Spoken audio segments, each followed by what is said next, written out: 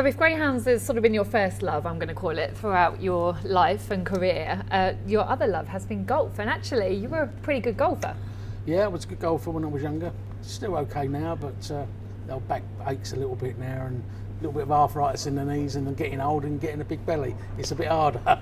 But yeah, it was good when I was young. I played FREDERICKS under 18s. I was a very low single-figure handicap player. I was probably the best in the club at Basildon. Never won the championship. Won the junior championship 2 years on the trot. I've come runner-up in the main club championship a few times. But yeah, I love the game. Drives me round the bend, and like I'm the best thrower of a putter you've ever seen in your life. But I've got a fiery temper on the golf course, but it's one of them sports that does you nothing. You know. It was sort of a good job, really, that you were playing a sport that wasn't too strenuous, because you've also had your health problems, and in fact in 2000 you actually had to give up work because of it. Heart problems. You said that you were actually being kept alive by tablets. Yeah, I had really bad angina attacks, and I ended up I go to the doctors, and they sort of had me straight in the hospital immediately, and tests and everything, and put me on all these tablets, and said it was a good job I went in when I did. And they said these tablets will help, blah blah blah, and I'm sort of still on them now. And I've had a heart bypass and stents put in and all that, and the tablets sort of keep you going. Without them, probably wouldn't be here, I suppose. I don't know. Or I'd be a lot slower than I am. But yeah, it was frightening, very frightening at the time.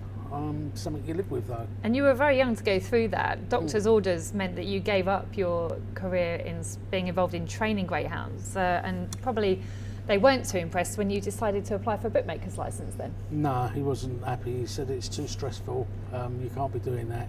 And I said, well, it's hard to keep out the dogs. I can't keep out of it. I've got to do something. You know, and I just couldn't work the kennels anymore because it was too strenuous exercise-wise. So I decided to go down that way. I'd been training at Sittingbourne. They were short of a bookmaker, and one of my old owners, Mark Warner, had taken out a licence a couple of years beforehand. He was bookmaking over there.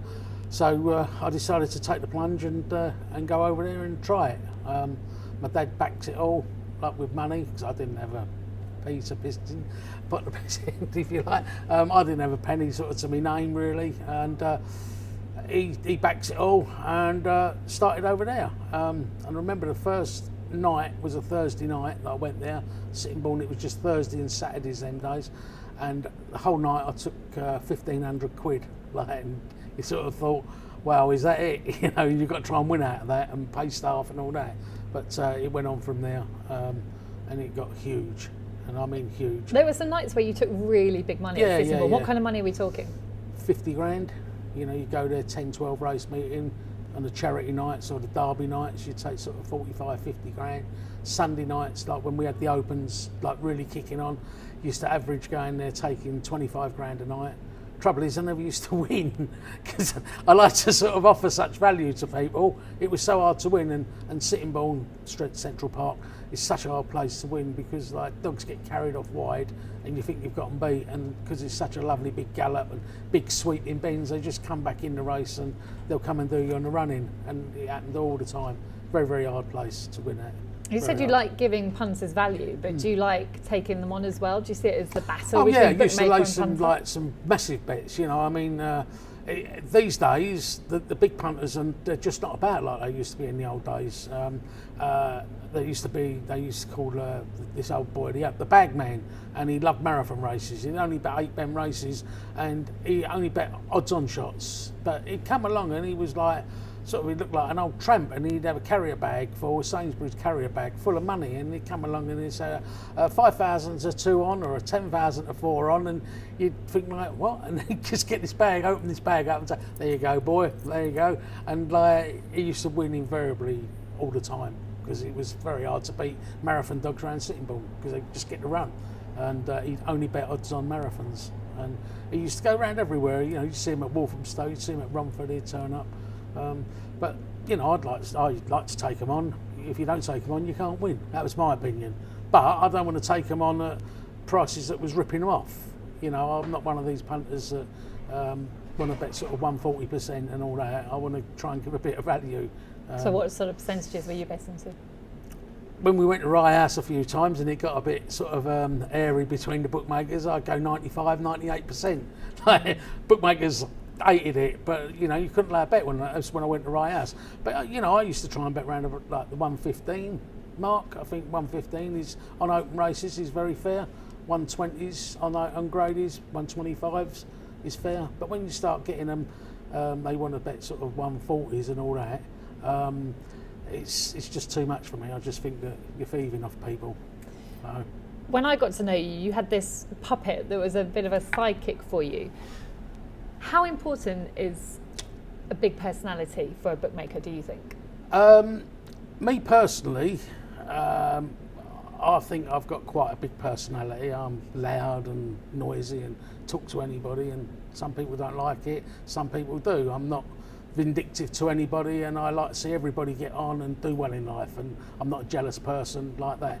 But I do think that if you've got a bit of personality and you can have a little few gimmicks going for you, I think that people look out for that. I mean, at Sittingbourne, you mentioned the puppet, and it was a ventriloquist doll, and I used to go to boot fairs, boot sales every Sunday morning and try and find these different gimmicks to all these different gimmicks to use on the joint, just to get people drawing them in to have a bet and all that, you know, and the puppet was one of them.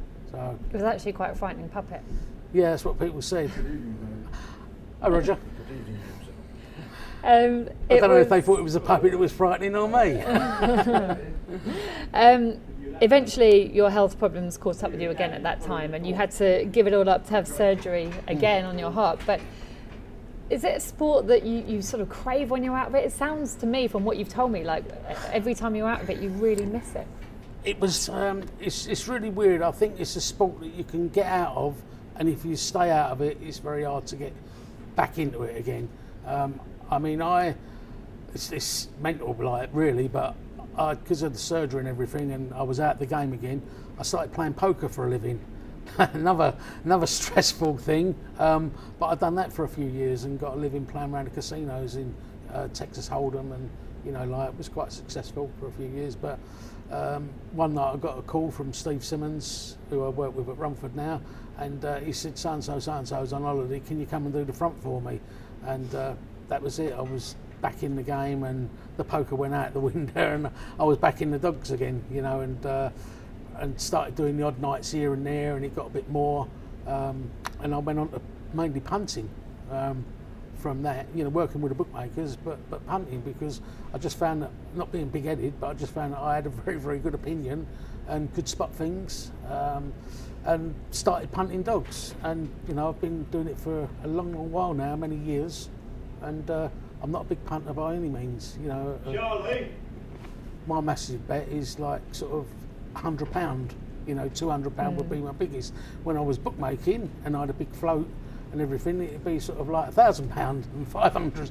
But you know, I'm not a big punter. I'm sort of like 30, 40, £50 punter. But when you're punting, personally, you punt in lots of races, whereas some people are maybe a bit more selective as to what races they bet in. Yeah, I'm a terrible punter in that sense. I've got to be honest, I'm terrible. I go to the track, or I might be watching on Betfair or whatever, and I can't not have a bet in a race. If I see something on Betfair that I make 7-2 and they're offering me eights, then you know, I want to play, even if it's only a small interest bet, because I think you're wrong with the prices, win or lose. And so I tend to bet a lot of races. Even if you don't think it's going to win, you take the value. Yeah, because it's value. Yeah. My clerk always used to tell me, Dave, you can't eat value. And he's right. So, but, you know, it's really weird. There was a dog the other day, for example, and I made it 7-2 shot. And I bet it at 20s on the machine, and it won. And it won comfortably as well. And I thought to myself, I don't know where they get these prices from. You know, it was 7s in the ring, and even that I thought was a big price. I started betting it at 10s and just kept pressing up. And in the end, I'm betting it at 20s, and it won. You know, so a lot of them get beat. Most of them get beat, but you don't have to have too many win at them sort of prices, and the value pays for lots of bets. you say you're a bad punter, but you can't be that bad, because here at Romford you have been christened the Sheriff. Why the Sheriff? The Sheriff, yeah. Well, going back a while, everyone was known as a judge. You had good judges here. Paul Lawrence, Alan Richardson, Grant was here. All judges, all known as judges. And a mate of mine said, we can't have another judge, so you're going to be the Sheriff. And that's what they christened me, the Sheriff of Romford. But now they've all gone. All the others, they don't come here anymore. And I think like it's very hard. Peter O'Dowd was very, very hard to beat. And so I'm sort of here known as the Sheriff of Romford. But the Sheriff is up and down in his betting these days. Some days it's good, some days it's bad. But, you know, like I say, I get a living out of it and get by. And I don't ever bet enough that I put myself in trouble.